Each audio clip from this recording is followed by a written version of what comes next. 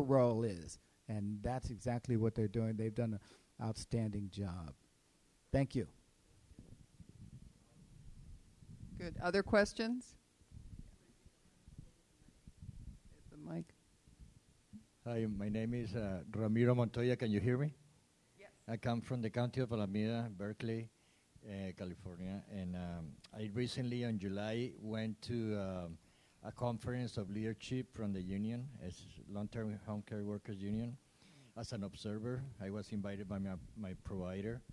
And it was something that shocked me there to see a kid, well, 9 years old, paralyzed, blind, paraplexia, has too many issues, epilepsy, and they only gave him 40 hours. So the mother is not his mother because his mother was going to give him away, but she decided to take care of him in their house. But they assume that because he's living in their house, is like his mother, they don't need to give him more hours, and I don't believe that. So since you have experience evaluating how many people a person needs, is something that somebody can do about it. This is in one of the counties in Los Angeles, and I've been thinking that something should be done. You have any suggestion, any way I can help, or any ideas that he deserves more hours because it's a 24-hour job? Thank you.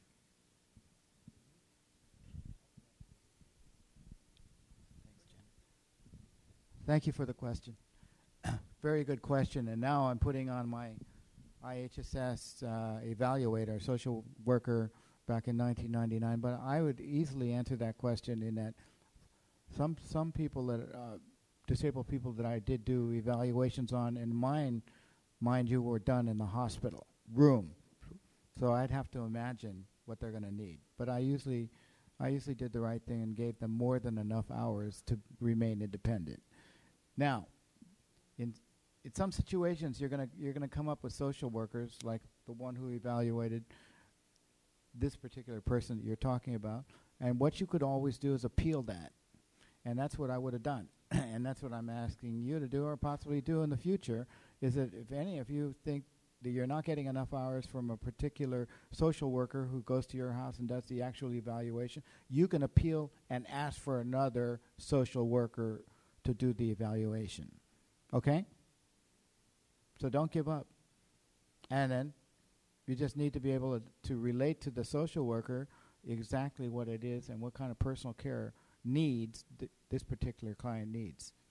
A lot of it is communication and what you communicate and how you sell you have to sell it.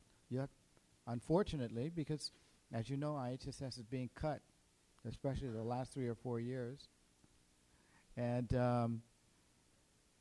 but you have to sell the what actually needs to be done to the social worker, because the social worker for IHSS is the one who's doing the evaluation, like I used to, is the key person. Okay? Okay, we're getting signals from people out in the hall. We got one more question in the back. Okay, there we go. I'm the new ED in Contra Costa County and Solano County. So this week was my first week. So one of the positions I hired was a transitional coordinator, and you had mentioned for peer mentoring. So where did you get that funding to gather a group for, because we do have a lot of peer support, but you're right, to get the cost for them to get there to the skill facility, to convince them, besides our social worker doing most of the work, and we have an AT and housing, they'll assist at the same time. But where did you get the funding to pay your peer mentors?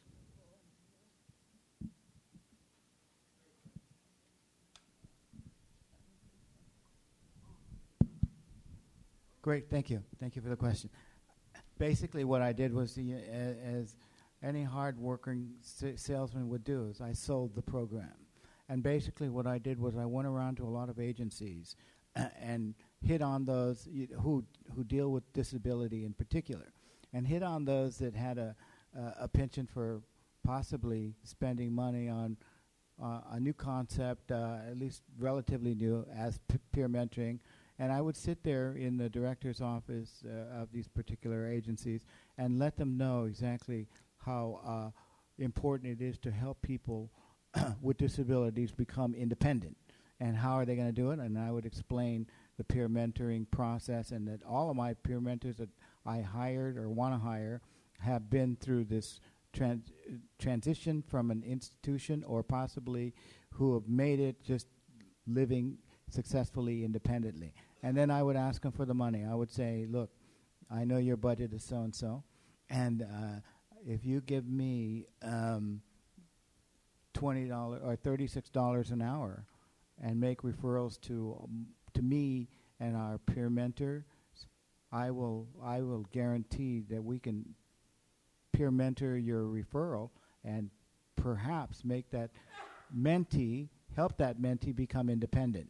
And and one agency in particular, Community Living Fund in San Francisco, bought that, and we signed a contract with their director. I did, and our director, Donna, signed it, and we got paid $36 an hour, and do the math. I was paying the peer mentors $20 an hour, so we were making actually $16 extra. And that's what you have to do, is you have to go out and sell the program. And that's what I put down, and actually as a peer mentor coordinator, you have to be able to go into other agencies, talk to CEOs, talk to board of supervisors, and sell the program. And that's what I do. Thank you. Thank you all for coming. Actually, we are getting pink sign after pink sign says end. So you all get a break right now till 11:15, and then there's another workshop round. So thank you all for coming.